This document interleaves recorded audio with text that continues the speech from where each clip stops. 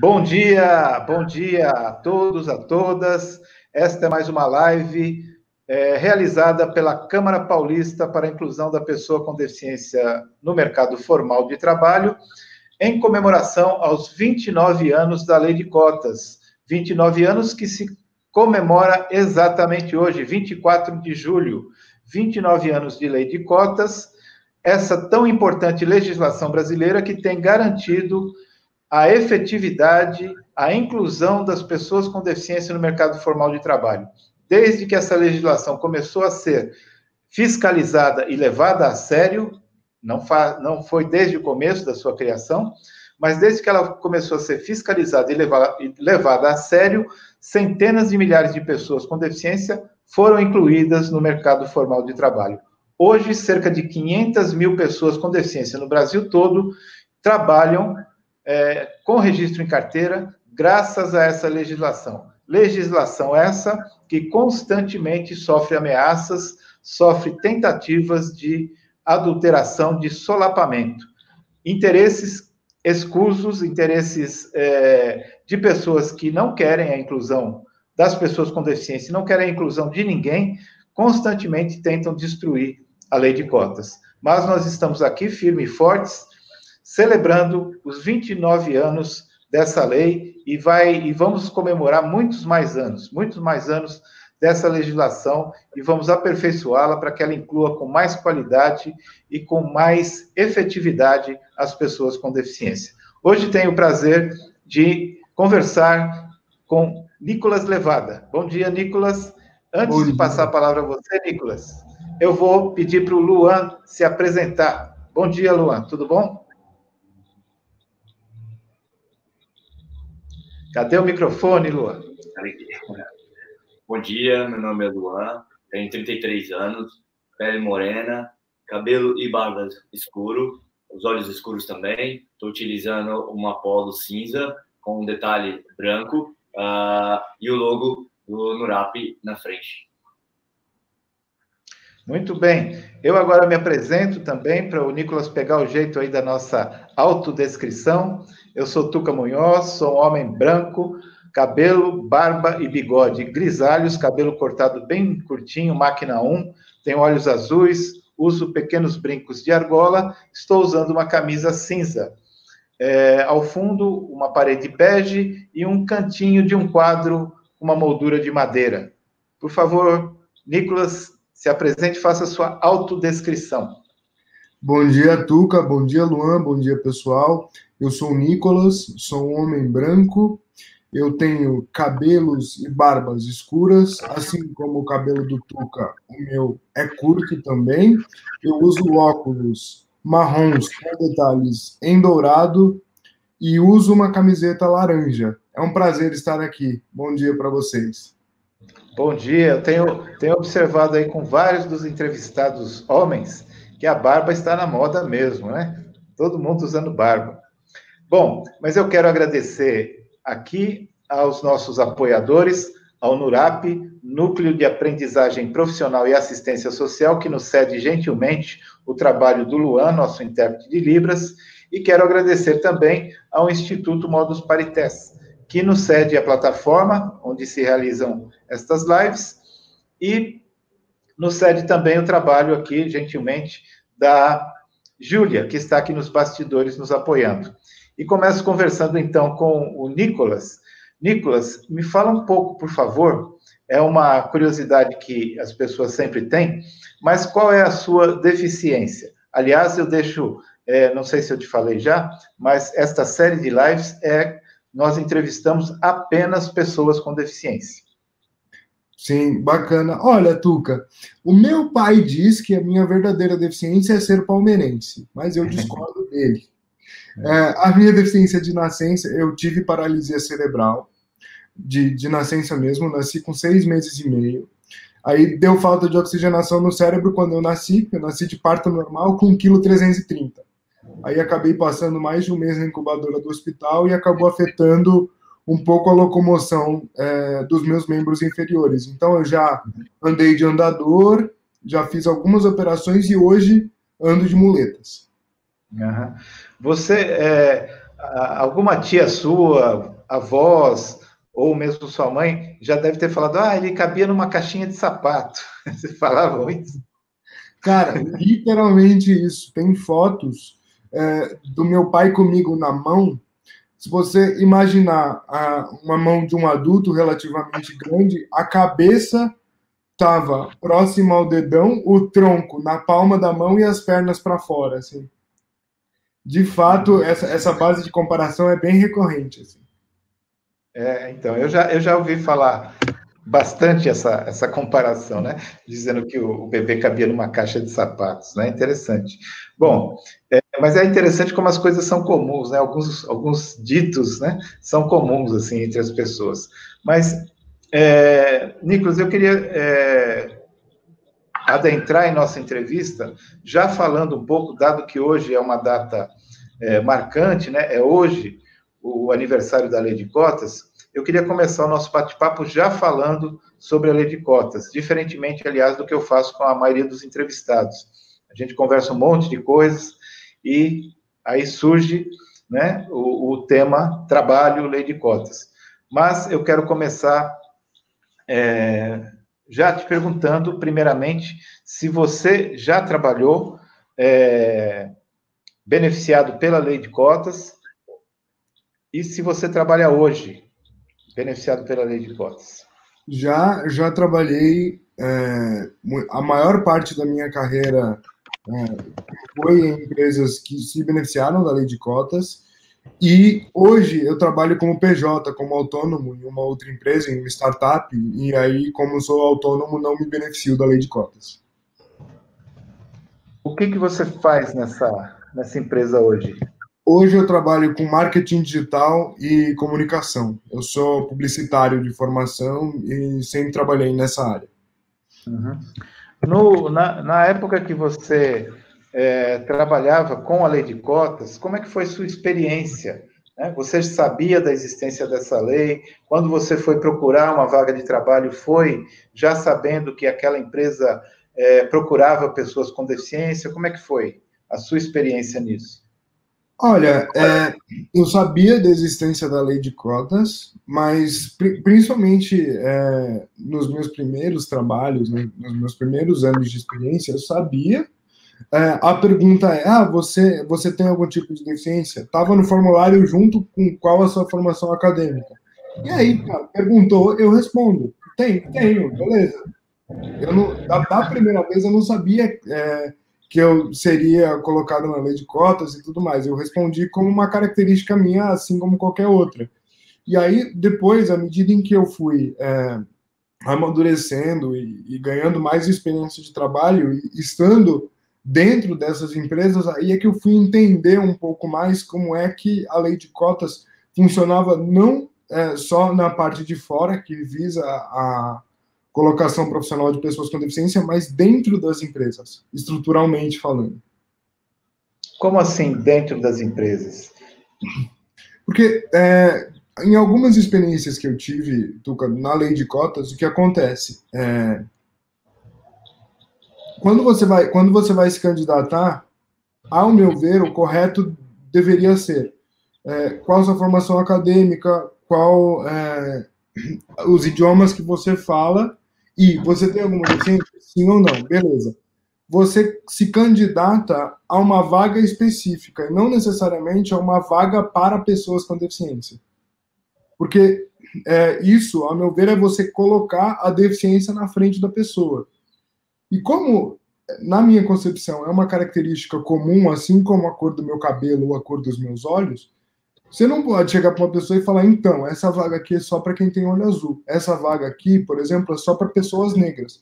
Que é algo que, se você mudar o sujeito da frase e falar algo desse tipo, choca muitas pessoas. Só que, ao longo de muitos anos e por conta de uma construção social gigantesca, essa vaga é para pessoas com deficiência não é visto muitas vezes dessa forma. Então, hoje... Você fala dessa forma que chocaria, que choca as pessoas. É tido como normal. Então, hoje, eu acho a Lei de Cotas incrível, maravilhosa. Ela tem que seguir em pé e firme e forte para ajudar ainda mais gente. Só que tem algumas ressalvas com o modo de implementação dela por algumas empresas. Porque quando você diz que pessoas com deficiência só podem se candidatar a vagas específicas para PCDs, você está recrutando a deficiência, você não está recrutando as habilidades das pessoas. E aí, no final das contas, ao invés de incluir, você segrega essas pessoas dentro da companhia. Porque, por exemplo, se você busca mobilidade lá dentro, você falou assim, pô, beleza, eu estou aqui, tem, sei lá, 2 anos, e eu vi uma vaga aberta em outra área que tem a ver com as minhas habilidades, tem a ver com a minha formação e com a experiência que eu tenho. Vou me candidatar. Falei, então, mas sabe como é que é? O centro de custo que você está, ele é só para vagas PCD, e essa vaga não é PCD, então você teria que mudar de centro de custo e não sei o quê, então, tipo, espera surgir uma vaga PCD que aí você se candidata. Não, então, peraí, cara, tipo, você tá me colocando aqui uma lei de cotas, é ótimo, é bom para todo mundo, para mim e para você, porque você está pagando menos imposto. Agora, paga menos imposto, mas não coloca isso na frente, sabe? Não deixa isso Nicolas, fator limitante do meu progresso dentro da empresa, sabe? Existe também hoje a coisa das cotas para universidade, né? O ensino universitário. Uhum. Diferentemente da área de trabalho, no campo do trabalho, as cotas no ensino universitário, elas também beneficiam negros e indígenas, né? A lei de cotas, não, é só para pessoas com deficiência. Mas há uma semelhança, no caso no mercado de trabalho, porque, e mais me referindo à população negra, porque não tem cotas no mercado de trabalho para as pessoas negras, mas elas estão empregadas, né? Independentemente de situações de desemprego e tal, de subemprego, etc. Mas vamos pensar no mercado formal de trabalho. Mas as pessoas negras estão empregadas. Mas assim como as pessoas com deficiência, elas também estão na base da pirâmide, também estão lá nos serviços administrativos e com muita dificuldade ascendem. Muita dificuldade, né? Então, você faria um paralelo entre essas situações? Dessa dificuldade em ascender desses dois grupos sociais? Eu entendo que você falou, enfim, das diferenças, né? Como é que se dá, enfim, algumas situações de preconceito que a gente vai conversar mais, mas você faria algum paralelo entre essas duas situações? Cara, com certeza, Tuca. Assim, falar de outras situações não é o meu lugar de fala, mas a base de comparação que eu gosto de usar é basicamente o seguinte. Cara, o ser humano tem dificuldade de lidar com o diferente. Existe uma construção histórica olha, existe um padrão estético, existe um padrão intelectual, e tudo o que tiver fora dessa norma que a gente colocou aqui não serve. E nesse sentido, tanto questão de gênero, questão de raça, questão de deficiência, para mim, tá tudo no mesmo saco, assim, tá tudo no mesmo grupo. E eu acho que a gente poderia se beneficiar disso e ganhar mais força nos movimentos, se apropriando, por exemplo, e se suportando na construção disso. Porque, por exemplo, se você parar para pensar, no final das contas, as pessoas têm preconceito com o diferente. Elas não têm preconceito com uma coisa só. Fala, não, olha, por exemplo, eu já escutei de gente da minha família o mesmo tipo de preconceito que eu escuto por ser deficiente fora disso, aplicado a outro universo. Então, por exemplo, a mesma frase que uma pessoa que não me conhece usaria para invalidar a minha deficiência, para manifestar algum tipo de preconceito, alguém da minha família usou em outro contexto. Aí eu olhei e falei, olha, legal, muito bem, mas vocês não falam isso de pessoa com deficiência porque eu estou aqui. Mas essa mesma frase, ela é aplicada. Então não adianta nada você ter uma postura com as pessoas com deficiência só porque você me conhece, aí a hora que você cruza com uma pessoa negra ou com uma pessoa trans, você manifestar o mesmo tipo de preconceito, o mesmo tipo de comentário, só com uma outra roupagem, com uma outra estética, sabe? E essa percepção, muitas vezes, ela não ocorre, sabe?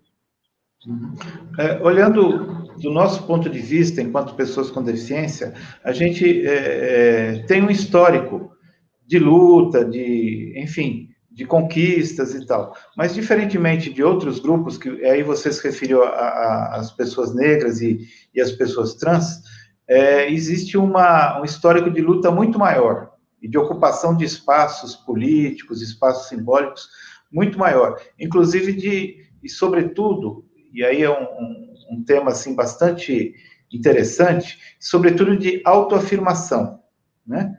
Tipo, eu sempre lembro a frase de luta do movimento negro americano, Black is Beautiful, né? E também tem o Dia do Orgulho Gay, né? Então, essa coisa de uma postura de autoafirmação muito, muito enfática, né? Você acha que isso é possível para as pessoas com deficiência, essa autoafirmação, no sentido de fazer da deficiência ou da sua condição física, enfim, dos seus atributos ou da falta deles, um motivo de afirmação e exagero não, mas vou adiante, um motivo de orgulho? Eu acho que sim, com certeza, Tuca. Mas eu vejo esse passo como algo além. Porque o que acontece? Antes de você dizer para o outro que a deficiência é motivo de orgulho, a deficiência é bonita, antes de você contar algo para alguém, você precisa acreditar naquilo. Sem dúvida. E aí eu acho que eu sou muito sortudo nesse caso, porque os meus pais me deram uma criação no sentido de, cara, vamos pro mundo, é isso aí, você não tem barreira aqui em casa, o mundo é um saco, mas o que você precisar a gente vai te ajudar e vamos junto. Em termos de cabeça mesmo, sabe, visão de mundo. Agora, o que eu vejo é que tem muitas pessoas com deficiência que sofrem essas barreiras já dentro de casa, dentro da própria família e dentro da própria criação. Quando você já é criado dessa forma, a sua percepção sobre si mesmo muda, a sua percepção de valor, a sua autoconfiança, o seu amor próprio, ele já sai defasado. Então, se você não acredita que a deficiência é motivo de orgulho, como é que você vai dizer para o outro que existe um orgulho em ser deficiente? Então, eu acho que a percepção externa ela é extremamente importante, mas talvez a gente esteja alguns passos anteriores, que é fortalecer essa percepção interna e a autopercepção das pessoas com deficiência, da beleza e do questionamento dos padrões estéticos, sabe? Quando você fala isso, Nicolas, me ocorre lembrar o seguinte, eu acho que tem eu concordo bastante com você, plenamente, eu concordo com você, mas tem um aspecto que cabe discutir, que é também as questões socioeconômicas, né? Eu acho o seguinte, se eu não posso afirmar com absoluta certeza, mas pessoas como eu e você, que tivemos deficiência, diferentes deficiências e tal, mas pessoas com deficiências semelhantes, vivendo em outro contexto socioeconômico, teriam dificuldades acentuadas, inclusive dificuldades que eu tenho certeza, pela experiência que tenho, com que provocam uma baixa autoestima, inclusive, porque as pessoas, o mundo a gama, o mundo de dificuldades que as pessoas enfrentam são tantas que a pessoa não raramente acabam achando que o problema é da deficiência e não do contexto em que ela vive, não é? Porque você mesmo citou aí numa conversa que a gente teve anteriormente que a deficiência é a relação do indivíduo com o meio, né? Então, se esse meio é inóspito, né, é um meio de pobreza e etc., a deficiência se agrava, as limitações se agravam, não? Com certeza, com certeza. E eu vejo isso de uma forma muito semelhante a você, Tuca, e aí Aí é que eu me coloco num papel de responsabilidade no seguinte sentido. Cara, eu tô numa posição muito privilegiada no sentido de que eu não passo e não passei por muitas das coisas que outras pessoas passam em outros contextos socioeconômicos. Então tipo, já que eu tenho todas essas ferramentas, me coloco à disposição e tenho, entre aspas, esse dever de tentar pavimentar esse caminho e abrir essas discussões para justamente tentar reduzir as barreiras. Obviamente, a gente não vai reduzir as deficiências, não vai reduzir a questão física das pessoas, mas se a gente conseguir trabalhar e plantar sementes em relações sociais e de comunicação para reduzir pelo menos as barreiras atitudinais, eu acho que já é um grande começo, sabe? Já é um grande passo nesse sentido. Porque muitas vezes as barreiras físicas, elas são estruturais e elas levam anos para serem transpostas.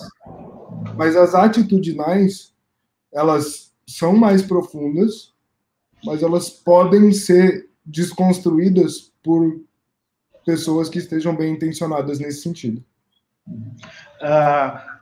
Você falou de duas barreiras aí, das barreiras físicas e das barreiras atitudinais. Você, no seu caso, você usa muletas, você falou, né? Você tem dificuldades com as barreiras físicas? Cara, bastante, viu, Tuca? Principalmente em questões de calçada, porque as calçadas elas não têm um padrão tanto estético quanto em termos de inclinação e essas coisas. Então, toda e qualquer inclinação mínima, ou buraco, ou raiz de árvore, já é motivo de insegurança e desequilíbrio. É o exemplo que eu costumo dar. Cara, em casa eu não uso absolutamente nada. Eu não uso muleta. Na garagem, por exemplo, de casa, como é tudo plano, eu não uso muleta. A muleta acaba sendo mais um apoio às incertezas do espaço do que propriamente uma necessidade absurda. Tem até umas histórias engraçadas que quando eu estava trabalhando uma vez, aí eu chegava com o carro lá, parei, falei, beleza, vou começar a trabalhar. Abri o porta-mala, tinha esquecido a muleta em casa. No escritório. Aí eu falei, tá, o que eu vou fazer agora? Bom, vou assim mesmo, né? O escritório é de carpete e tal. Foi um pouco mais complicado, mas tipo, eu quase caí várias vezes, não vou mentir. Mas como a superfície era plana, facilitou um pouco mais. Então aí entra naquela coisa de, a partir do momento que você remove as barreiras, os impactos da deficiência, eles acabam sendo muito menores e muito mais transponíveis e singelos, né? Nesse aspecto, pelo menos. E você falou também das barreiras atitudinais, né? Que a gente usa o termo preconceitos, barreiras atitudinais, e ultimamente temos usado bastante o termo capacitismo, né? Como é que você encara essas barreiras? Me fala uma coisa, você pessoalmente, o Nicolas, já foi vítima de preconceitos?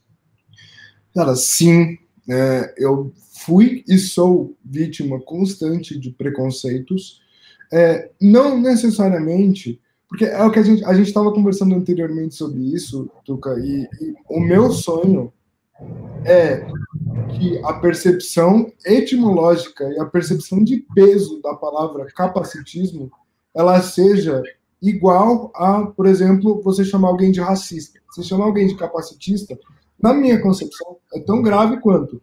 Só que você está almoçando.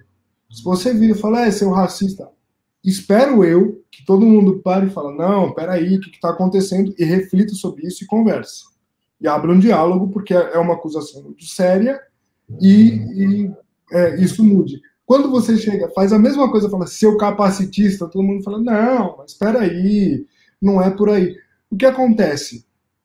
Existe um preconceito talvez tão grande quanto os outros, só que o preconceito das pessoas com deficiência está na base do coitadismo. Ai, tadinho dele, não sei o que e tal.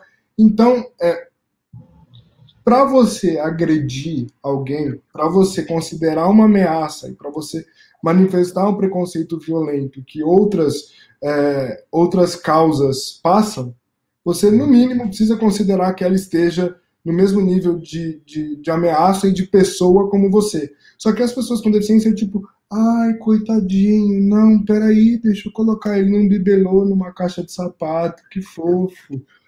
Então, tipo assim, cara, quantas vezes já as pessoas, tipo, não chegam para conversar comigo e ficam, oi, Nicolas, tudo bem com você? Como você está? Essa é clássica. E a outra é, por exemplo, eu tô andando no shopping. Aí uma criança, é o exemplo que eu sempre dou. Uma criança chega para a mãe e fala, mãe, por que ele tá usando muleta? E aí a mãe e o pai pegam a criança e andam mais rápido com ela para literalmente tirar o problema da minha frente e depois explicar. Só que a criança perguntou o negócio. Se você não explica aquilo para ela, como é que ela vai crescer no mundo entendendo que aquilo também é parte da nossa sociedade? Põe a discussão na mesa, cara. Conversa com as pessoas. Conversa sobre racismo, conversa sobre homofobia, conversa sobre capacitismo.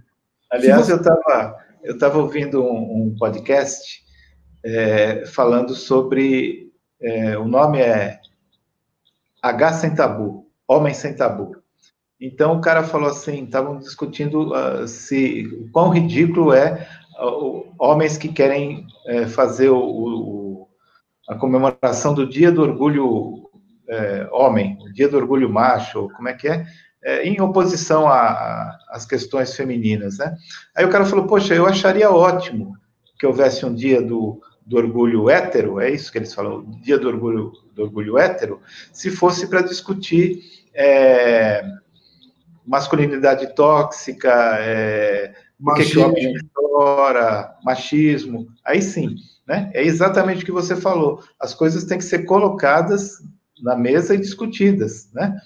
E quando você me falou dessa coisa dos pais que afastam as crianças, andam mais depressa, acontece exatamente a mesma coisa comigo.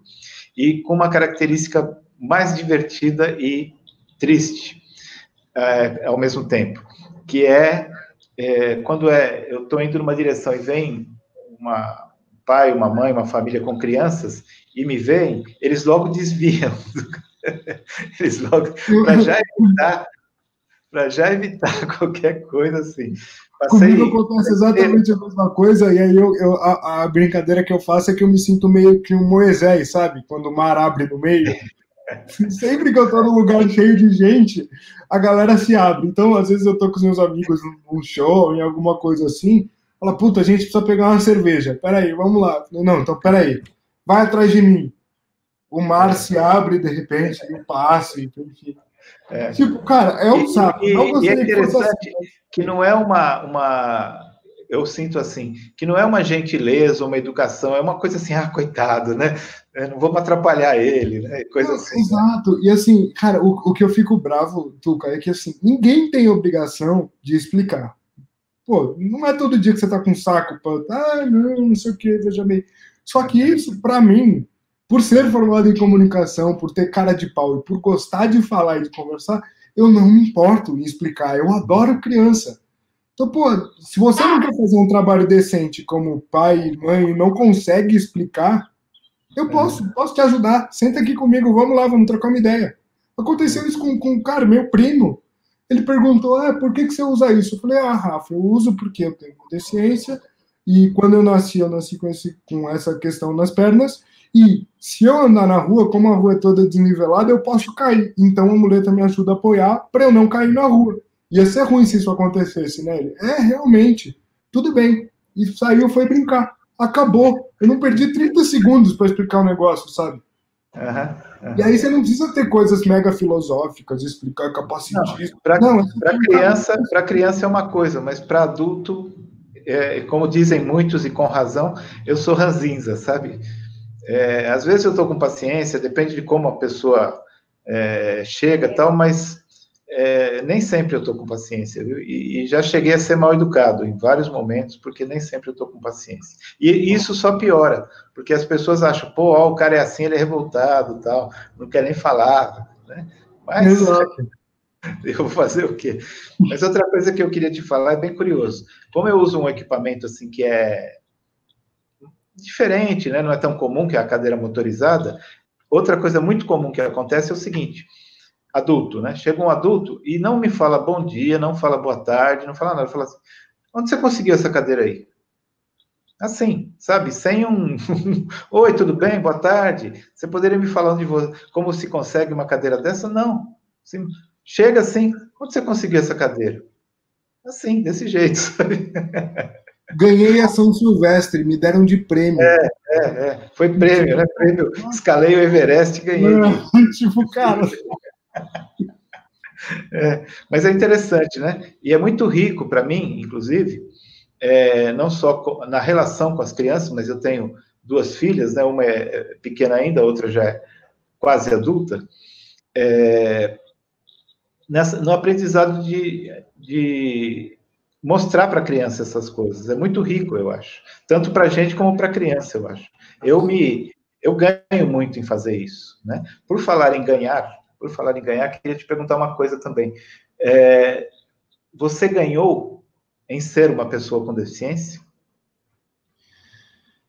Cara, sendo bem sincero, ao longo desses meus 27 anos de vida, eu ganhei muito, muito, muito, muito. E assim, eu seria um ser humano muito pior se eu não tivesse a deficiência. A percepção externa da minha deficiência, eu já tenho ela resolvida há muitos anos, que é essa de, faz piada, brinca aqui, brinca ali e tudo mais, com todo mundo.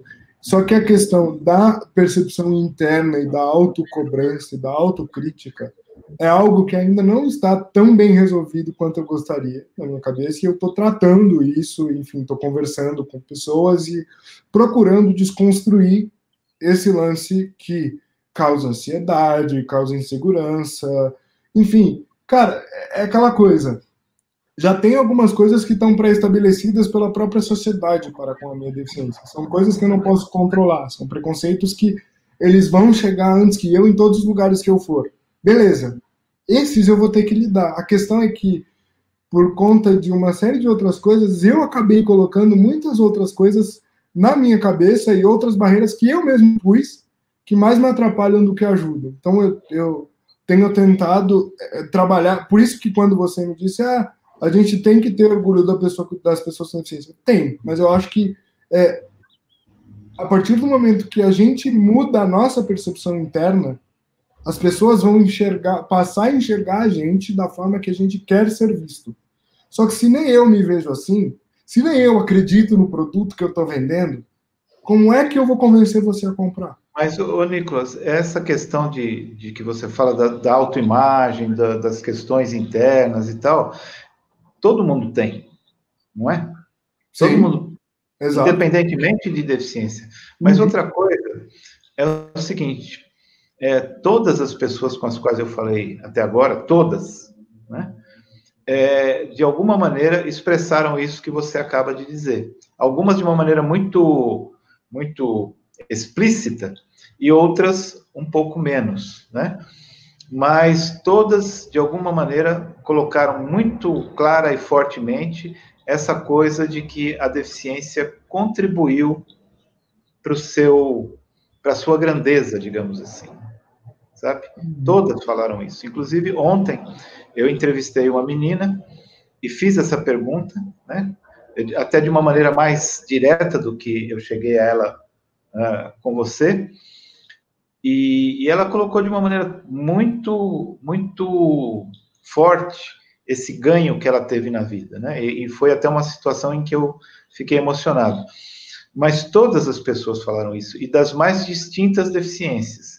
Pessoas com lesão medular, pessoas cegas, pessoas surdas, todas falaram isso. E é interessante, porque isso é o oposto de como a sociedade nos vê. A sociedade nos vê como menores, como quem tem menos, né? E nós nos vemos como quem tem mais, né? Exato. Não numa concorrência, não no sentido de uma concorrência, mas mais no sentido de isso nos trouxe valor, digamos assim, né? E talvez por aí esteja esse orgulho, a construção desse orgulho, Exato, Tuca, e eu acho que é justamente por conta disso tudo que você está falando que a lei de cotas se faz tão necessária e é tão importante. Porque hoje, quando você fala em construir um ambiente diverso, por exemplo, em uma empresa, eu gostaria de ter a oportunidade, tenho oportunidade em diversos lugares, e quanto mais melhor, de justamente mostrar para as outras pessoas isso que você disse, que a deficiência, no final das contas, ela mais me dá do que tira de mim. Então, se eu consigo passar esses ensinamentos, passar esses aprendizados e essas vivências que eu tive, talvez outras pessoas possam aprender o que eu aprendi sem ter que passar pelo que eu passei. Isso é válido também para pessoas negras, pessoas asiáticas, mulheres, trans, homoafetivos. Tudo isso no ambiente de trabalho, na construção de uma equipe e na sociedade constrói um ambiente diverso, porque, cara, você não literalmente sente no corpo o que a gente sente, o que eu e você, Tuca, sentimos. Então, é uma coisa que só a gente pode falar. Então, bota a gente lá na empresa que o seu produto, o seu serviço, ele vai sair mais rico.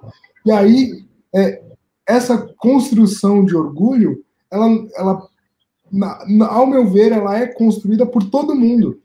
Pessoas com, sem, e pais e filhos de pessoas com deficiência.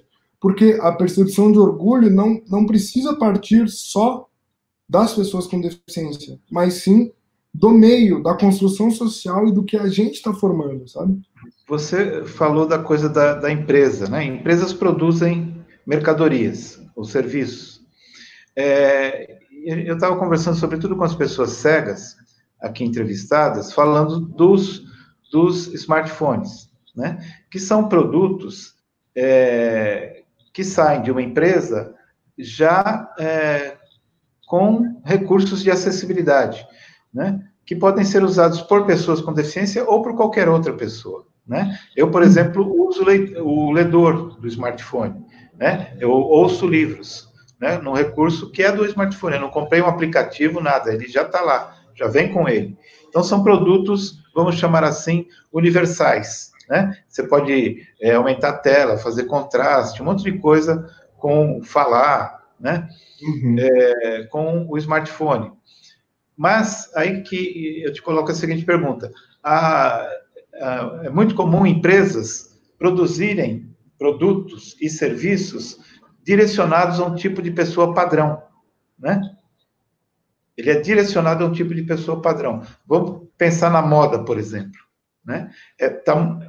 Existem movimentos de pessoas obesas ou de pessoas negras e tal que se contrapõem a essa moda padrão, né? Então, é interessante isso, né? Mesmo, eventualmente, a empresa adotando um procedimento de diversidade interna, ela acaba produzindo um produto que é para um mundo padrão, né? Então, os dois lados da moeda têm que mudar. Tanto a empresa se comportar de tal maneira, mas também produzir de maneira que atenda à diversidade, né? É interessante.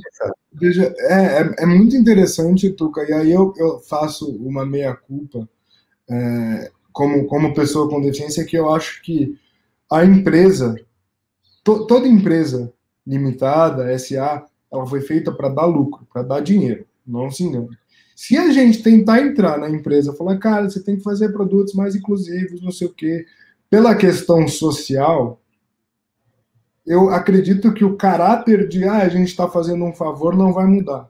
Então, quando você fala sobre mercado e sobre produtos, excepcionalmente para as empresas, eu penso que a linha argumentativa ela tem que ir mais para um lado de, olha, você não está fazendo um produto acessível a pessoas com deficiência, você está perdendo mercado, o impacto econômico das pessoas com deficiência é tanto, então se o seu produto tiver esse recurso X, Y, Z, a perspectiva de vendas aumenta em X%, falar de bolso, falar de negócio, porque os produtos eles são feitos para serem vendidos.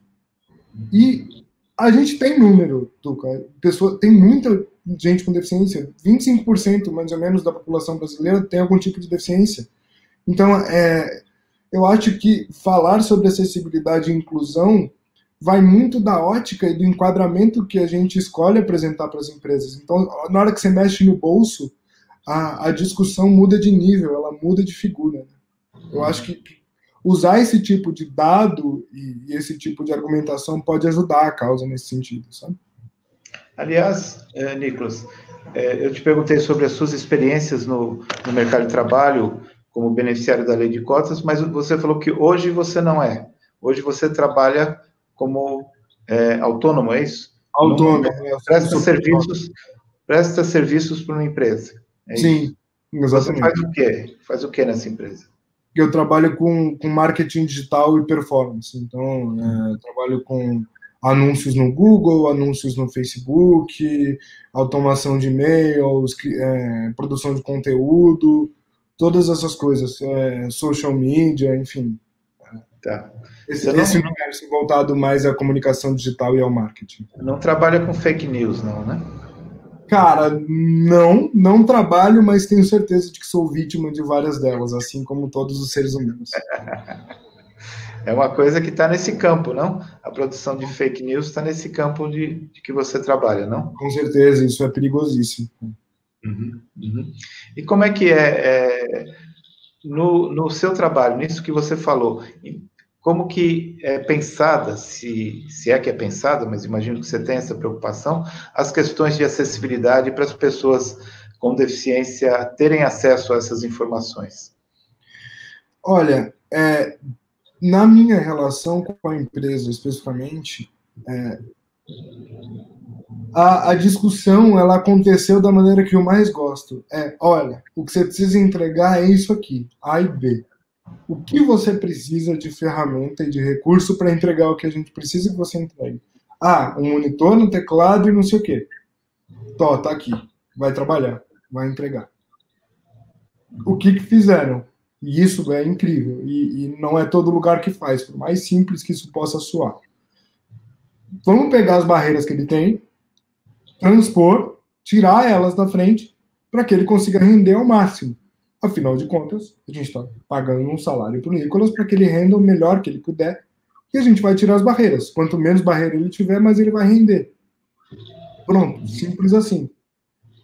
E nesse sentido, ser autônomo é muito positivo, porque como a única coisa que me segura no emprego é a qualidade do meu trabalho e a minha relação com as pessoas, me coloca em pé de igualdade com todas as outras pessoas do meu time. É uma igualdade que muitas vezes desprotege, é ruim, dá insegurança?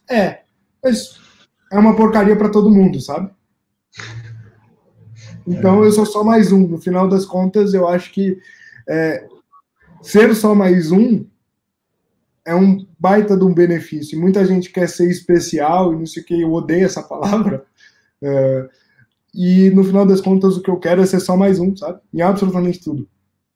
Eu tenho você falou nisso, é interessante porque existem as várias terminologias, né, que definem, né, um termo estranho, mas que nomeiam as pessoas com deficiência, né? Eu tenho uma amiga, Amélia, um beijo aí para você, Amélia, que ela dizia assim, me chamem de aleijado, mas não me chamem de especial. Cara, o especial é muito complicado, porque o especial ele pode ser o pastel da feira, né? O cliente do banco. O cliente do banco, ele pode ser algo que brilha no escuro, talvez, né? Ele pode ser qualquer coisa, porque, né? Então, assim, cara, eu não sou especial. Gostaria de ser, de fato, assim. Porra, já pensou? O Nicolas é especial, ele brilha no escuro. Porra, ia fazer um sucesso animal na balada, assim, ia ser incrível. Mas não é o caso. Essa coisa do especial é uma estratégia não elaborada, assim. Dourar a pílula, né? Mas para nos tirar do jogo. É isso. É o café com leite, né? Exatamente. Exatamente. É isso aí. Escuta, e você estava me dizendo também que você gosta muito de tecnologia, muito próximo às tecnologias. Fala um pouco sobre isso. Quais tecnologias você você tem se debruçado? O que você tem pensado sobre a tecnologia? Aliás, eu te faço essa pergunta pelo seguinte: as tecnologias estão cada vez mais acessíveis e mais acessíveis para as pessoas com deficiência. É claro que precisam ser democratizadas e tal, mas estão muito acessíveis, né? No meu caso, eu uso uma cadeira motorizada, né, bastante sofisticada, que até pouco tempo atrás era uma coisa raríssima de se ver no Brasil, hoje é bem mais comum. As pessoas cegas usam os vários aplicativos do smartphone e outros, mesmo as pessoas surdas. Eu entrevistei aqui uma menina que fez um implante coclear, que é uma tecnologia bastante sofisticada, e por aí vai, né? Acho que esse mundo da tecnologia, no seu avançar, vai beneficiar cada vez mais as pessoas com deficiência também. No seu campo de interesse, você tem um viés para essa questão de tecnologia e pessoas com deficiência? Cara, me encanta muito, Tuca, a questão da tecnologia, porque eu acho que eu estava até comentando com você antes. Na minha auto-percepção da deficiência, conforme eu fui crescendo, as tecnologias tiveram um papel fundamental. Porque eu sempre gostei muito de esporte e adoro futebol até hoje e tal. E aí, então, eu meio que usei os videogames e a tecnologia para conseguir chegar em lugares que eu não conseguia fisicamente. Então, nesse sentido, eu sempre olhei para as tecnologias e para o acesso a esse tipo de coisa como algo para me potencializar como ser humano, sabe? Então, eu adoro ficção científica, então essas coisas sempre me... Parece um paradoxo da tecnologia nos tornar mais humanos, não é? Mas parece um paradoxo, né? Pois é, cara, mas assim, a tecnologia ela pode distanciar como ela pode aproximar as pessoas, é uma ferramenta, o exemplo que eu sempre dou, uma faca pode cortar a garganta de alguém ou uma cenoura, tanto faz, a questão é o uso que você vai dar dela.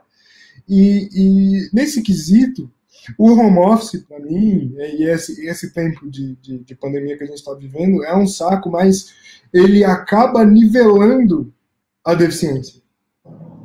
Por quê? Pô, eu tô aqui sentado dando entrevista para você. O que tem a ver a minha deficiência ou não? Para o que eu estou fazendo nesse exato momento. E nesse sentido, a tecnologia, eu acho que possibilita essa remoção de uma barreira de uma forma não antes vista, sabe, pela nossa sociedade.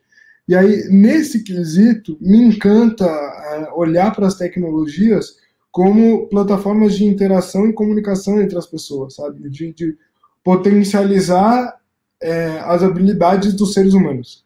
Eu gosto muito de ver esse tipo de coisa.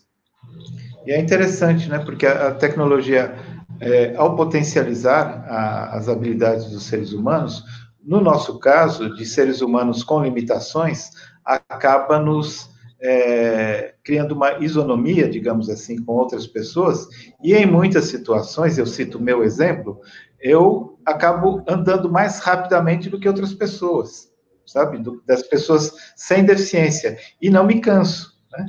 Sim. Eu ando pra caramba, às vezes estou com um amigo, alguém que não tem deficiência, a pessoa fala, pô, vamos parar um pouquinho para descansar. Eu falo, não, eu não estou cansado. Parece que o jogo virou, não é mesmo? Então, exatamente.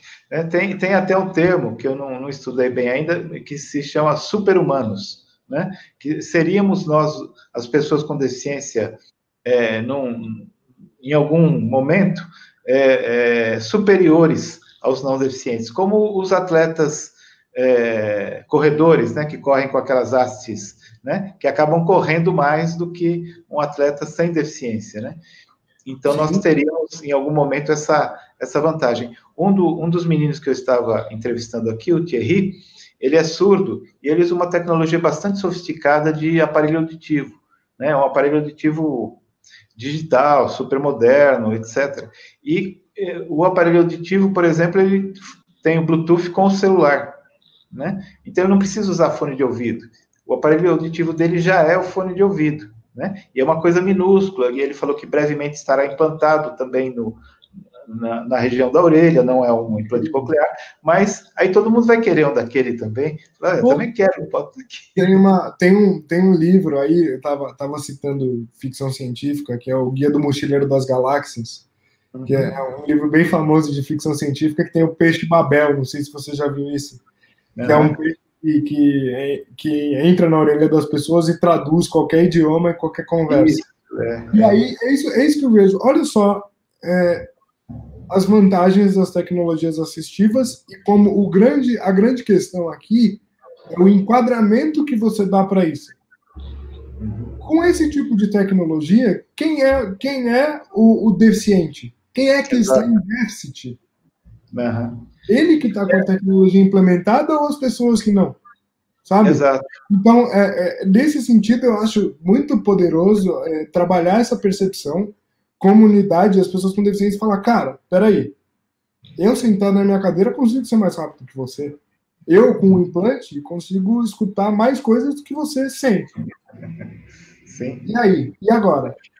E agora? E é interessante como essas tecnologias, elas, ao mesmo tempo que trazem esse ganho que você acaba de falar, elas também perderam, né? E estão perdendo muito rapidamente, se já não perderam, aquele olhar, aquela coisa que era feia, pesada, né? Você olhava uma cadeira de rodas de uma coisa assim mais antiga, de 20 anos atrás, até hoje tem em alguns lugares, hospitais, umas cadeironas feias, pesadas, né? E hoje não, você vê umas cadeiras manuais super leves, bonitas, um design bacana, e bem legal também que muitas pessoas com deficiência já customizam, né? Botam os adesivos ou não sei o quê, né? Na cadeira, nas muletas e tal, e isso adquire outra, né? Acaba sendo fashion, né? Contribui ali no contexto de estar bem vestido, de ser elegante e tal. Eu mesmo, Tuca, tenho várias muletas canadenses e uma delas foi pintada por um grafiteiro. A mão e tal. Então, eu acho que entra muito quase uma tatuagem, né? É quase uma tatuagem. Já que eu tenho que usar essa bagaça, então deixa eu fazer de um jeito divertido, de um jeito que eu consiga usar isso como uma força de expressão minha, sabe? E aí entra muito naquela questão que a gente estava falando de percepção de mercado. Qualquer produto ou serviço tem no design um poder muito grande de ferramenta de venda. A Apple vende muito graças ao seu design, e, enfim, a Ferrari é design, então isso é um fator de venda. A partir do momento que você olha produtos e tecnologias assistivas como uma necessidade de mercado, ter um bom design não é um favor, é uma estratégia de negócio. E aí é que eu falo da importância de olhar a inclusão e acessibilidade como estratégia e como potencial de mercado, que hoje não, né? Hoje já está melhorando bastante disso, mas às vezes há uns anos, quando você ia comprar qualquer aparelho ortopédico, muleta, cadeira, seja lá o que for, era tudo feio. Porque a visão era só, tipo, design é forma e função. Dane-se a forma, eu preciso olhar para a função. O que a muleta precisa fazer pelo Nicolas? Precisa ajudar ele a andar, precisa apoiar. Não, peraí, agora, já que tem mercado, se eu conseguir ter um produto, uma muleta, com forma e função, os dois, ou seja, a função ela está estabelecida, o Nicolas vai usar a muleta para andar, beleza. Agora, a forma ergonomia, deixa eu ver onde é que ele vai segurar, como é que vai ser o cabo da muleta, se ela é leve, se ela é pesada, se ela dobra, se não dobra. Passa a ser um produto como qualquer outro, sabe? Hoje a gente vê lojas que vendem produtos para pessoas com deficiência, tecnologia assistiva, com grandes vitrines, com, né, bonitos e tal, e que, como você falou antes, não, era uma coisa meio escondida e tal, e quando estava à mostra era uma coisa feia, que as pessoas queriam se afastar, né? Uma pessoa sem deficiência só iria parar para olhar aquilo, talvez por um olhar um pouco mórbido e tal. Hoje não, as pessoas param numa loja que tem cadeira de rodas e falam, nossa, olha que bacana, né? Que tecnologia, olha que cor bonita, né? E por aí vai. Eu botei esses dias uma foto aí nas redes de uma cadeira de rodas manual que eu tenho. Eu fui trocar uns rolamentos, não sei o que, botei umas fotos lá. Várias pessoas falaram, que bonita que é essa cadeira. Pessoas sem deficiência, né? E é, de fato, uma cadeira bonita. Tem um design, uma cor e tal. É interessante. Acontece isso com a minha handbike também, Duca. Porque, tipo, eu fiz a handbike, eu gosto bastante de verde, pintei de verde, não sei o quê, fui fazendo umas coisas, coloca farol, lanterna e tal, as pessoas me param na rua e falam, pô, que legal, que bonito e tal. Então, ter um apelo estético ajuda também, né? Porque, assim, já que eu não posso me desvencilhar da minha muleta, que isso seja uma força minha, e não algo para ser usado contra ou algo para me jogar para baixo, sabe? Aliás, digo aqui aos nossas internautas que eu e o Nicolas temos uma coisa em comum, que são as nossas handbikes, né? Que ainda não apostamos uma corrida aí, mas qualquer hora a gente vai tirar um racha aí na Avenida Paulista, né? Que tal essa? Aí o Luan, que vai estar lá perto, vai ser o árbitro, hein, Luan? Vai ser o árbitro da... Pega no domingão que a Paulista vai estar fechado. Exatamente. Vamos lá. Vamos esperar passar a crise sanitária e vamos apostar a corrida. Chamar um outro pessoal aí que tenha também as handbike e vamos lá. Vai ser legal.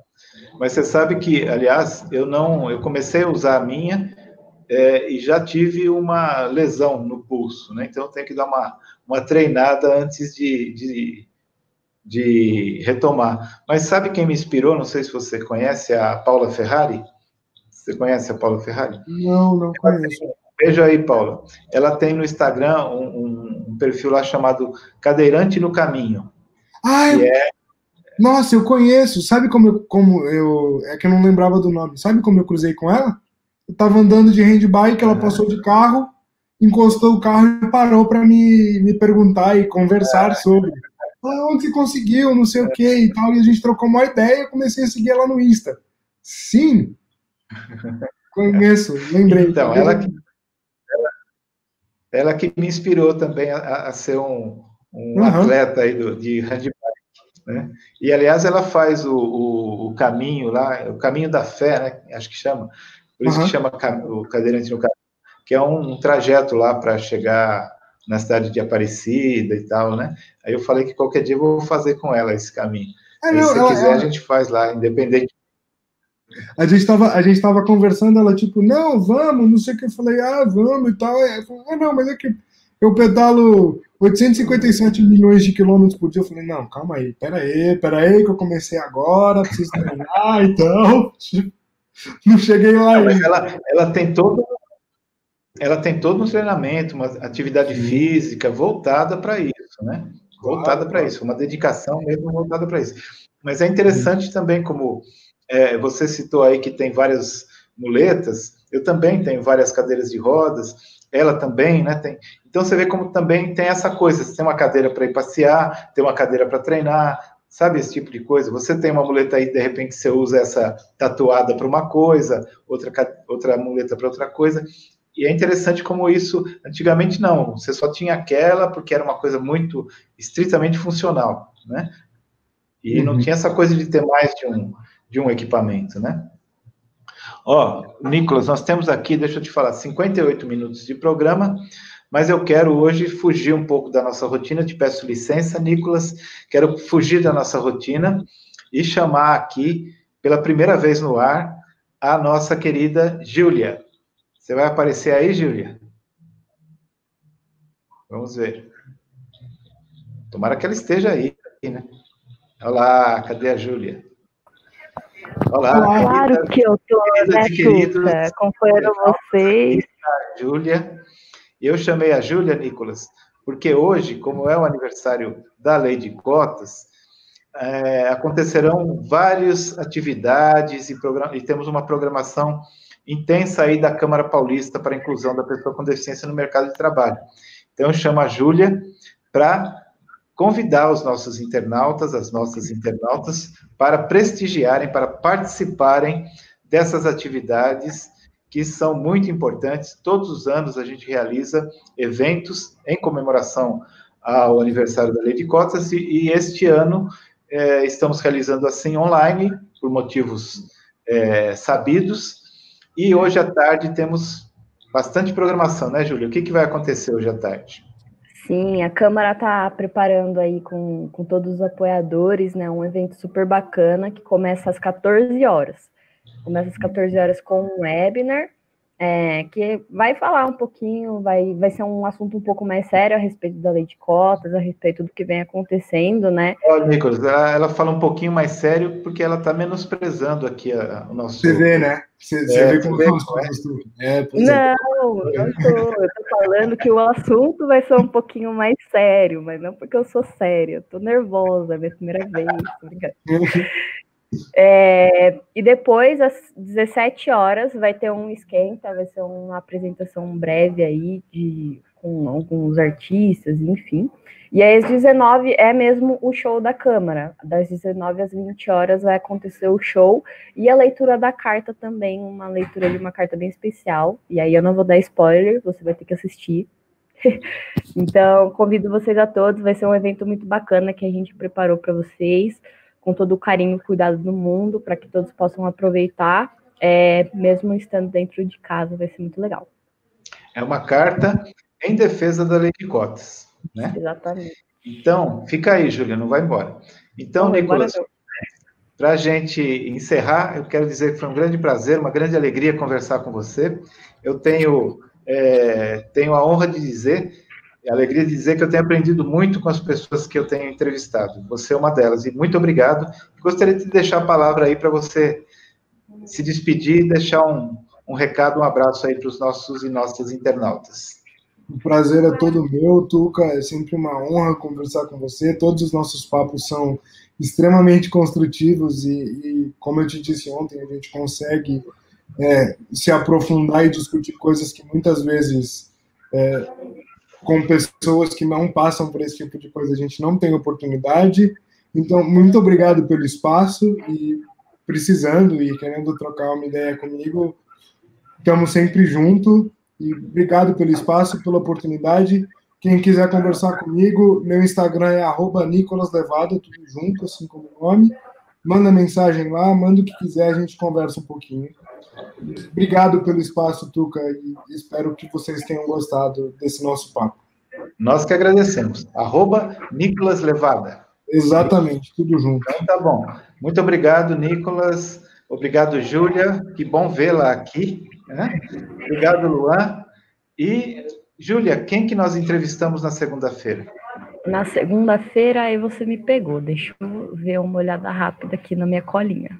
Enquanto ela vê aí na colinha dela, eu quero repetir que hoje celebramos 29 anos da Lei de Cotas, legislação importantíssima para a inclusão das pessoas com deficiência no mercado de trabalho. Descobriu aí? Segunda-feira é o Rafael Ferraz, jornalista. Segunda-feira entrevistaremos o jornalista Rafael Ferraz, que mantém na rede uma iniciativa que se chama Jornalista Inclusivo, que divulga notícias, informações, produz comunicação a partir do ponto de vista de uma pessoa com deficiência.